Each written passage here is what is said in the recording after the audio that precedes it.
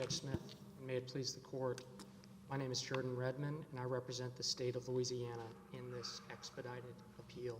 The question presented is whether the state of Louisiana suffers an Article III injury when a federal agency unlawfully regulates the taking of Louisiana shrimp in Louisiana's waters in a manner that is harming Louisiana's shrimping industry. The district court held no, reversing its prior published opinion, finding standing, and relying on arguments raised in a reply brief. The district court concluded Louisiana lacks standing to challenge a regulation of its own shrimp in its own waters. That holding is wrong. Louisiana demonstrated its injuries to its sovereign, quasi-sovereign, and proprietary interests. The court can reverse on any one. Which do you think is your strongest? Why don't you start with whatever you think is your strongest? Yes, Your Honor. I think the strongest argument is that we suffered an injury based on our interest in and ownership of the shrimp in our waters and the regulation of them. I think that was the basis for Judge Pat Carr's decision in the Gus District Court case that resulted in the Gus case that you wrote, Judge Smith, in 1988.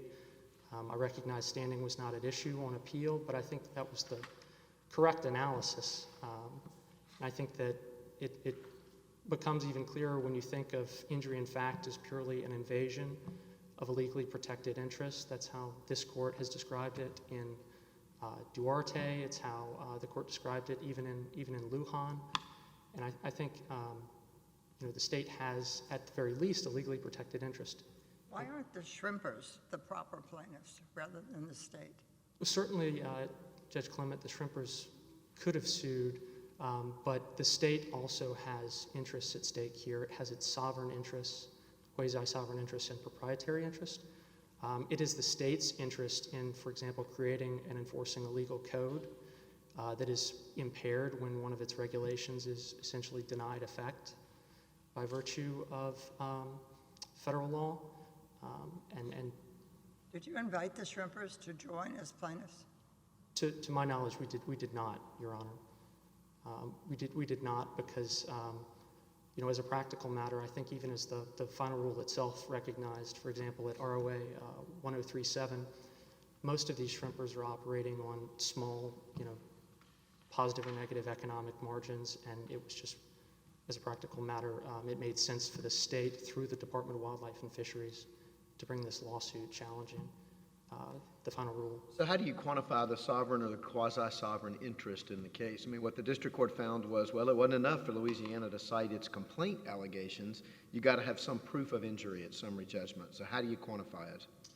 Your Honor, I think the injury is purely, it arises as a matter of law based on, the black letter law that Louisiana has an interest in this area, in the shrimp and in the regulation of them, on the one hand, and on the other hand, you have the final rule, the text of which establishes the invasion of that interest. And I don't think any further showing in the way of evidence was required in order to establish. So you're talking about in the final rule, you're talking about the analysis about the economic harm, the reduction in shrimping boats, the effect on the trawlers, the effect on, that, or is it something different? Well, I think that's part of it. I think it's just the fact that a federal agency is invading an area of state regulation, traditional state regulation, in a manner that the state believes is unlawful. I think that's an injury similar to the injury that sufficed in it's an old case, admittedly, but the Missouri versus Holland case where Missouri had standing to file a bill in equity to challenge federal wildlife enforcement of a state law that invaded the state's right to control the regulation of the taking of birds within the state. And so, too, I think the court's opinion in Brackeen versus Holland is somewhat instructive. I don't think the court required evidence that the ICWA's implementing regulations, affected the state's control of its own child custody proceedings. So this is distinct from economic dollars and cents. Yes, it's a separate injury, Your Honor. The state's interest in its natural resources and policing those and et cetera and so forth. Yes, sir. That's right. It's a separate interest. Is there a financial loss, a cost to this change? There is, Your Honor. As far as the bases of standing that we're relying on. It's added law enforcement costs as a result of the You addition. don't have that responsibility. It's true that the text of the final rule, Your Honor, does not on its face require the LDWF to enforce it, but under state law, that's revised statute 56:493, LDWF is vested with exclusive control of the Louisiana shrimping industry, and LDWF is required to, I think, quote, enforce the laws regulating the same or something like that, which LDWF interprets to mean that LDWF has to enforce even this federal rule. Sorry. I thought you were also claiming a loss of a certain amount of tax revenue. We were, Your Honor. We didn't raise that in our well. Stepping back, Your Honor, we raised it as part of our quasi-sovereign standing. We said that the final rule injured the economic well-being of the state in general, and by reducing the amount of shrimp that were landed, that reduced the I thought that was more parens patriae. Your Honor, there's some debate in the scholarship and in the cases even about the difference between permissible parens patriae standing and impermissible third-party standing. I think that in Alfred Snap, for example, the court made the distinction that a quasi-sovereign interest based on the economic well-being of the state's population in general is an interest that is held by the state as a state, and it's not an interest held by individuals within the state.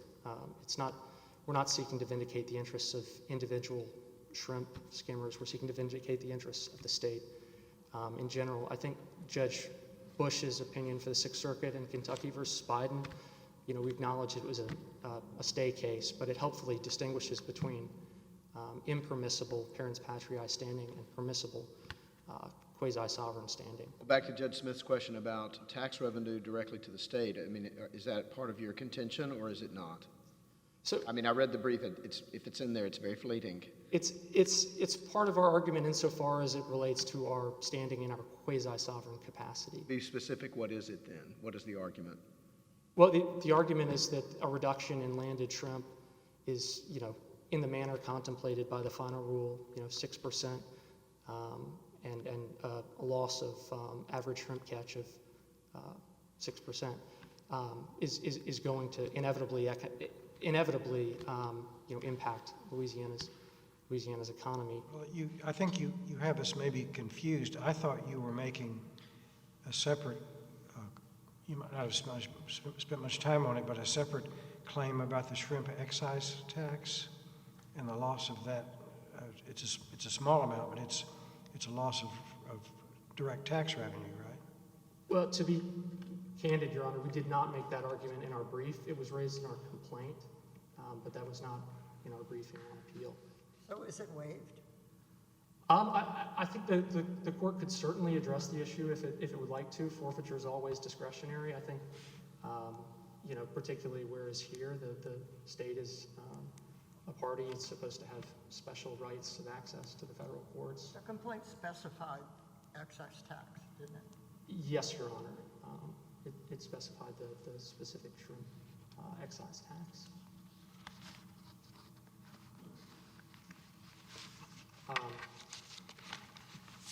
Are you relying on special solicitude? Yes, Your Honor. I think I don't think the government. It was hard for me to tell whether you were. So. Yes, Your Honor. We think we need it only in the sense that states can vindicate interests that ordinary parties can't vindicate. I didn't take the government to dispute our traceability or redressability. I think all that's at issue is injury in fact. And, I think special solicitude doesn't erase the injury in fact requirement, but it does change the sorts of injuries that a sovereign state can vindicate in litigation. For example, the sovereign injuries we discussed and that were deemed sufficient to confer standing in, for example, Brackeen or Missouri versus Holland. Does special solicitude get you over the line if it's a closed case in terms of injury? I think it could, Your Honor. I think it does the most work when there's some dispute as to whether the injury is speculative, and it kind of for example in Massachusetts where the court found an injury was not too speculative, where the EPA's decision not to regulate could have caused people to drive less fuel-efficient cars, which could have caused global sea levels to rise, which could have caused erosion of Massachusetts coastline. I think it maybe operates as a tie goes to the runner type principle.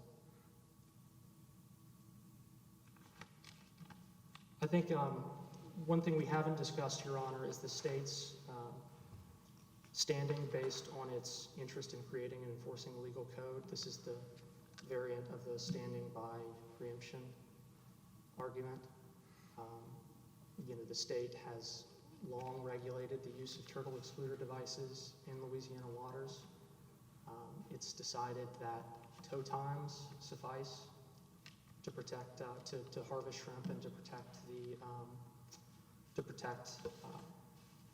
Louisiana's kind of shrimping industry, and it's specifically deemed tow times are good enough for that purpose. Was that raised below this argument, regulatory preemption? We didn't use the word preemption below, Your Honor, but What words did you use to preserve it? we used the word that we had standing in our sovereign capacity, which we take the standing by preemption argument as a variant of our standing in our sovereign capacity. Can we get to that argument if you just sort of take it as a variant? In other words, if sovereign capacity is, well, the interest in our natural resources and the shrimp, or all the natural resources, I guess, does that get us to regulatory preemption? I think the state's interest in creating and enforcing a legal code, which we at least raised insofar as we cited Judge Smith's DAPA case and Texas versus Biden, I fully acknowledge we didn't use the word preemption, but I think The district court didn't address this issue, right? that's right, Your Honor. Was it squarely presented to the district court for decision so that it's preserved for us to reach? The issue of sovereign capacity standing was, but like I said, we didn't raise. Does that give you a hook for anything you can now say is sovereign capacity related to raise it? I wouldn't say not anything, Your Honor, but we did cite a case that stands for the proposition that states can have standing in their sovereign capacity based on preemption concerns. And I think the case the government cited, Arbaugh versus Ultimus, is instructive on that point. There, Judge Ho said that a 1983 plaintiff preserved a standing argument by citing the case that stood for the proposition that standing existed for the arguments the plaintiff was trying to raise. And I think to the extent the court disagrees that we've preserved that argument, I think it would, the court should still address it if it disagrees with our other standing arguments, just because it would work a manifest injustice. It's clearly a pure question of law. Standing is always a pure question of law. But we had no reason to raise the issue any more specifically below. We were relying on the district court's published opinion concluding that we had standing based on our interest in and ownership of our shrimp. And then we had no reason to believe the district court was going to reverse that conclusion. That holding was not contingent on any, factual presentation. Did the state ask for leave to file a reply to the government's reply in support of summary judgment? It didn't, Your Honor. I don't think it was required to under this court's precedent, or under the precedent. We couldn't find the precedent of this court on point, but just as a general matter. And Louisiana wouldn't have had any reason to, but it had no reason to believe the district court was going to change its mind as to the basis for the state's standing. Standing was an issue at the PI stage, and the district court... It's not so much the district court changed its mind, it was a different phase of the case. Well, it's a different phase of the case, but it was presented with the same evidentiary package, and the district court, that standing on that basis was not contingent on any presentation of facts. I think it arose as a matter of law based on just the fact that the final rule invades sovereign interest, the fact that the final rule invades the sovereign interest. So, I see my time's up. Yes, you've saved time for rebuttal. Thank you, Mr. Redmon. Mr. Burney?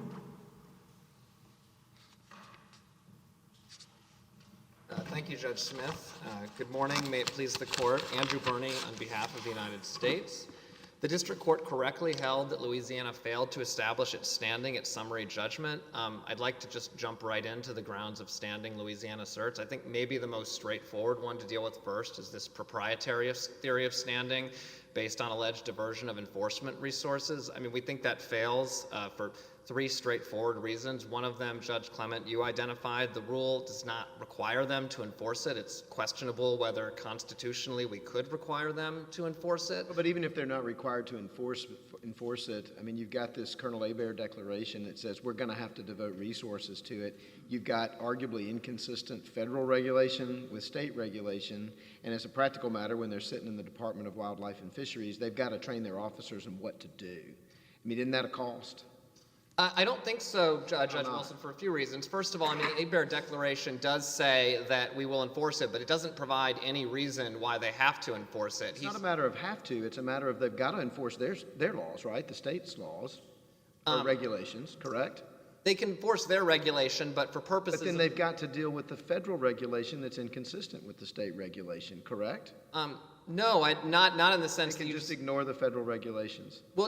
So I think they can ignore it in the sense that they don't have to enforce it, but compliance with either the federal regulation or their tow time compliance with the federal regulation satisfies their state regulation, which So they have to enforce the federal regulation, practically speaking. No, they don't. They don't. And I mean, that's the first part. To be clear, there are three reasons. The first part of our argument is we don't think they need to enforce it. And I just want to briefly get to the statute that Mr. Redmon cites, Section 593.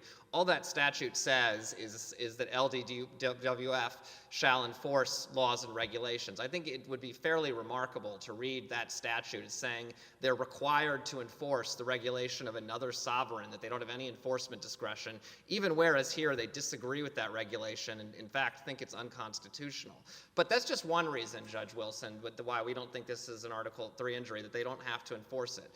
The second reason, and this is set forth in the Antonaris Declaration at ROA 1402 and 1403, is that there's a process in place for them to request additional funds from NIMFs and for enforcement purposes, and as far as we know, they haven't done so. Now, it is true that they say in a declaration filed in support for their motion for a TRO at the beginning of the case, this is at ROA 99 to 100, that new funds are not anticipated to be forthcoming, but they've never explained that statement. They never say whether they've asked for funds and those funds were denied. So we don't think that's sufficient to create a genuine issue of material fact. But even if you ignore all of that, even if you assume they're entitled to enforce the rule, even if you assume that there will be no additional funds, certainly nothing in the rule or the JEA process requires them to enforce it beyond the funds NIMPS provides in any given year. So, for example, as we said in our brief, the 2020 JEA gives LDWF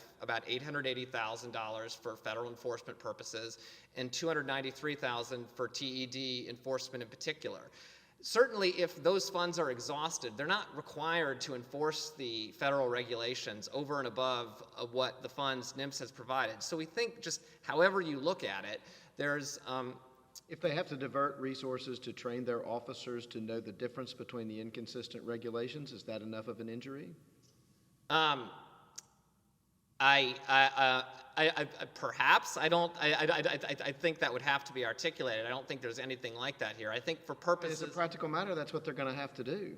I don't think there's any reason they would have to do that. I think they can, if they want to enforce their tow time restrictions, they can. If they want to require shrimpers to abide by their tow time restrictions, even if they have TEDs installed, they can. They can, as far as we're concerned, they can just ignore this rule completely. There's no, I don't think there's any showing, just for all of those three reasons, any of them independently, that they have to expend scarce enforcement resources. Are they going to lose the federal funds to enforce the federal regulations if they ignore the federal regulation entirely? Well, if they do, so the way the JEA process works is each year it's negotiated and there's a specified amount of funds that are agreed to for enforcement of federal enforcement priorities. They can certainly tell us that, you know, we think this regulation is not useful, it's economically inefficient, we're not going to enforce it. I mean, yes, I think that would happen there is that the funds earmarked specifically for federal enforcement, they would have to either pay them back or wouldn't be given them, but that's not an How's that not an injury?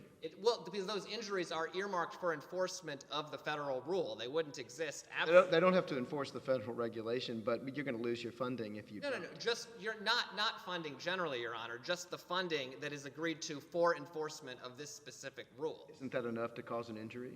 No, I don't think so, because they have a choice of either not enforcing the federal rule or enforcing the federal rule with federal funds. I don't see how that can be an Article 3 injury if they decide not to enforce a federal rule and they don't use federal funds for that purpose. What if the shrimpers were added as plaintiffs? Wouldn't that solve the standing issue? Because surely, excuse me, Oh, I'm sorry, Your Honor. surely the shrimpers have standing, and if one plaintiff has standing, they all have standing. So, I'm sorry, Your Honor, I got overeager. I didn't mean to interrupt.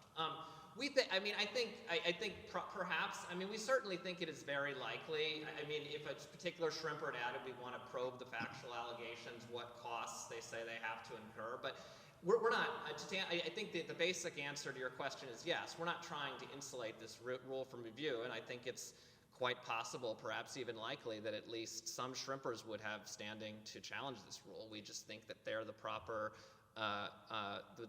they're the proper parties here. If the state applied for the additional money that was available and was denied, would they have then standing?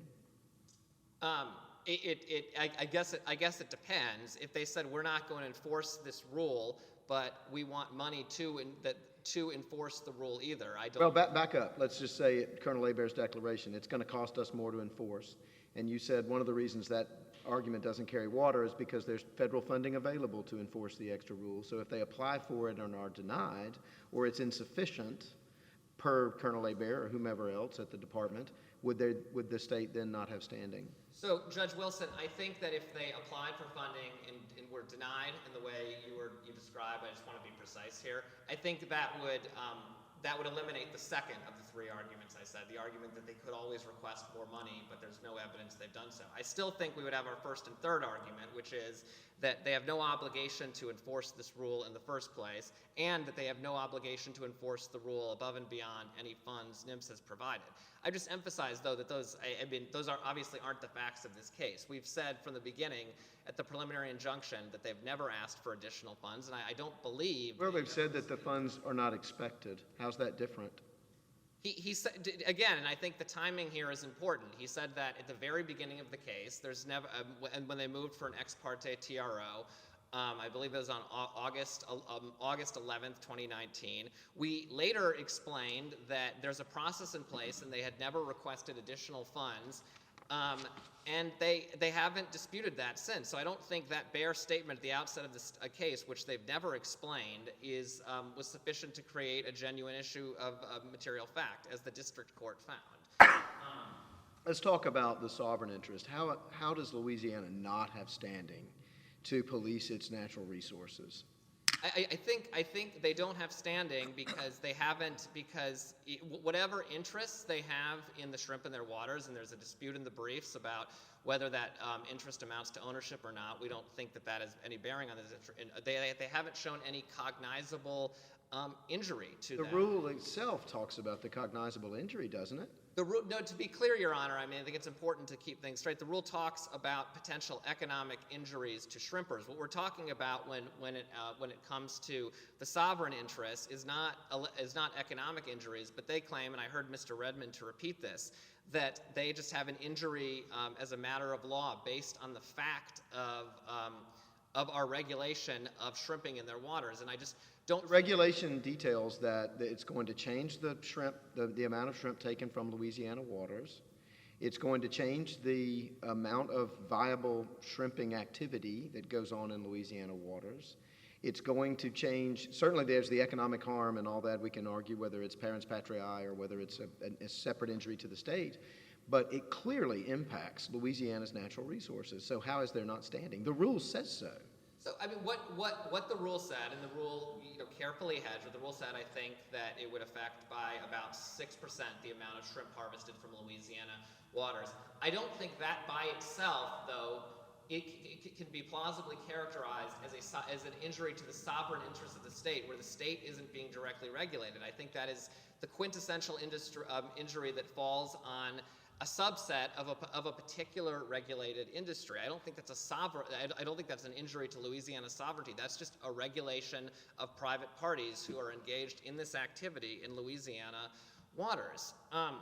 And nor does it interfere with Louisiana's ability to enforce a legal code. Just turning to the, I think this falls into two buckets. There's the preemption, and then there's the pressure to change state law buckets. I mean, turning to the preemption issue, I mean, we do think that this is forfeited. I mean, all throughout the complaint, the preliminary injunction briefing, the TRO briefing, two summary judgment briefs, the term preemption was never used. I don't think merely using the term sovereign interest preserves a very different and distinct argument based on preemption of state law. Do we have to reach it because it's a miscarriage of justice for us, or a manifest injustice for us not to reach it?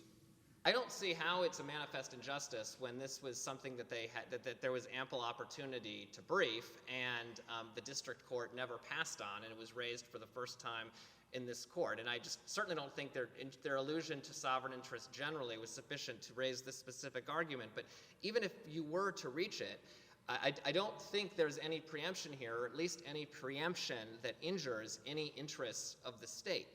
I think it's important to emphasize that this does not preempt Louisiana law, at least in any traditional sense. This rule doesn't expressly preempt any Louisiana statute. There's no conflict preemption. Shrimpers can comply with both the federal and the state law. I didn't take Louisiana to dispute this. And there's no field preemption. Louisiana retains the ability to regulate in this field, and it will continue to do so. It just imposes a single additional requirement, eliminates a single available option for a small subset, a fairly small subset, of a single industry. That isn't preemption by any stretch, even if this claim was preserved. I want to get to the pressure to change state law is related to that.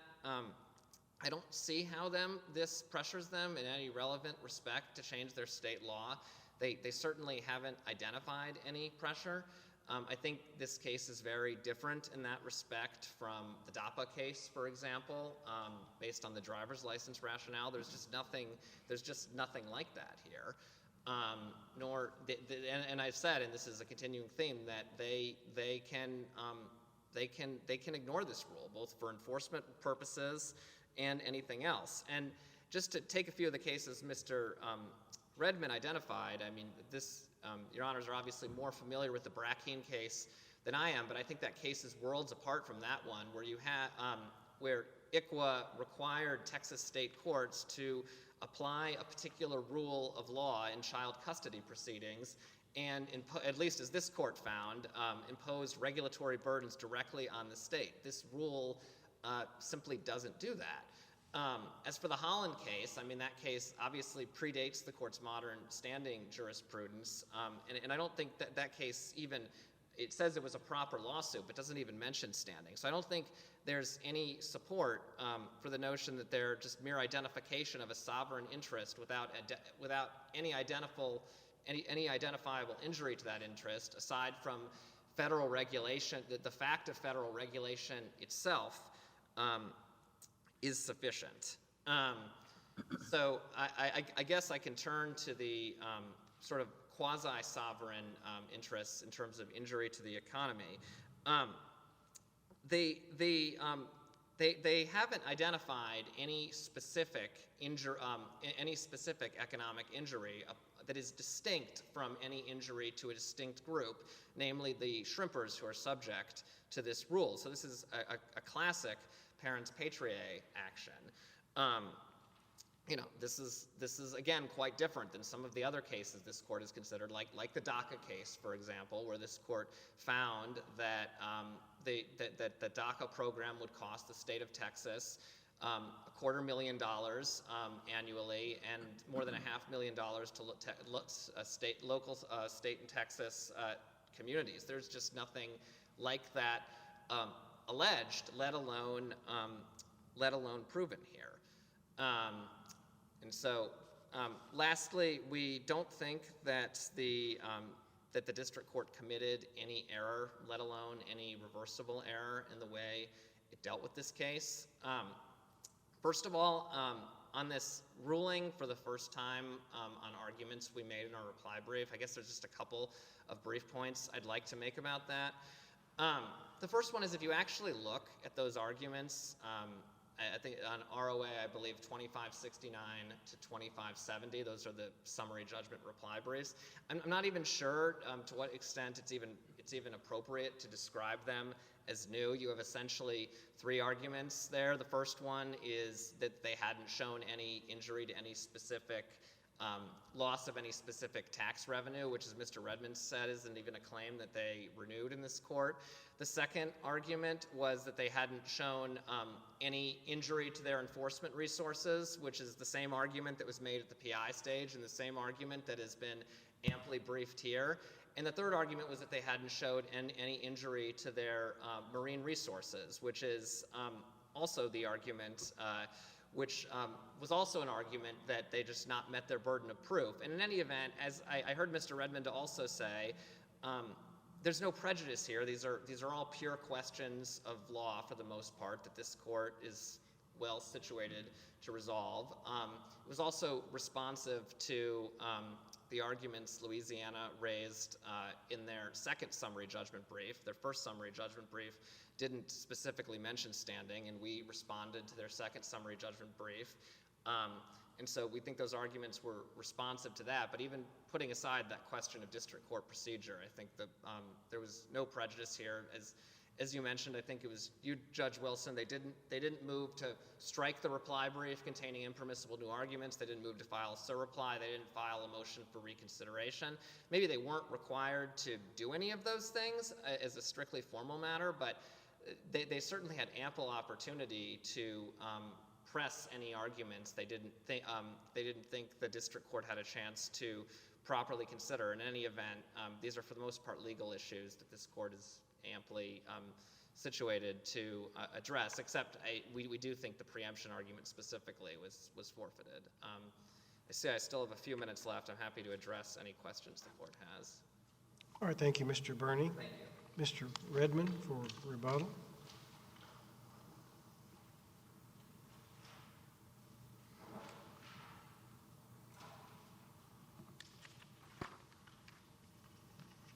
Thank you, Judge Smith. Just a few points in rebuttal. First, on law enforcement costs. Revised Statute 56:493 requires LDWF to enforce federal regulations. That's LDWF's interpretation of the rule. And under Judge Starr's opinion for the D.C. Circuit in Alaska versus Department of Transportation, the court relies on the AG's interpretation of state law when it comes to standing. He made very clear there that you don't rely on the possibility that the state's chief law enforcement officer misunderstands state law to dismiss a state on standing grounds. Second, I think it's clear we can't ignore these different federal regulations. I think, as someone noted, the declaration of Colonel Hebert makes clear that these regulations will impose additional law enforcement duties. I understand the government disputes that. That's not an issue for summary judgment. It's for trial. I understand the government also disputes that that the state didn't request added joint enforcement agreement funds. But again, the declaration says, maybe the declarant didn't consult Strunk and White when he was swearing out the declaration. It could have been perhaps a little clearer, but he certainly, I think, it can be fairly inferred from the declaration that JEA funds were requested and were denied. So what you just told us is that a provision of state law requires you to enforce all federal laws, is that right? Or just these specific ones, or? It's so, revised statute 56:493 requires LDWF to enforce laws regulating Louisiana's shrimp fishery. Okay. I think it says shrimp fishery and shrimp industry, I think is the word that the statute uses. And LDWF interprets that rule to require it to enforce this TEDS rule that it believes to be, that the state believes to be unlawful and in violation of the APA. On manifest injustice, I think there was not, we certainly could have filed a surreply, we just had no reason to do so, given the district court's prior holding. We viewed that as a holding as a matter of law, contingent on no facts, and I think as Judge Wilson pointed out, the injury here is not merely a difference in state laws, it's a difference in state laws on an area that's been traditionally within the heartland of state police powers for 150 years or so, and it is different on a very important and sensitive topic, which is the use of these devices that are making it difficult for Louisiana shrimpers to land as much shrimp as they were landing before. But with respect to preemption, I think what matters is not whether state law is preempted in any formal sense. I think both DAPA and DACA make clear that what matters is constraints on the state's ability to respond to the assertively unlawful federal action, and that's what we have here. Louisiana has no, it can't exercise its lawmaking functions to evade federal law in this area. It has no option other than to file a lawsuit in federal court seeking vacature of the final rule. If there are no further questions. All right, thank you, Mr. Redmon. Your case is under submission, and the court is in recess.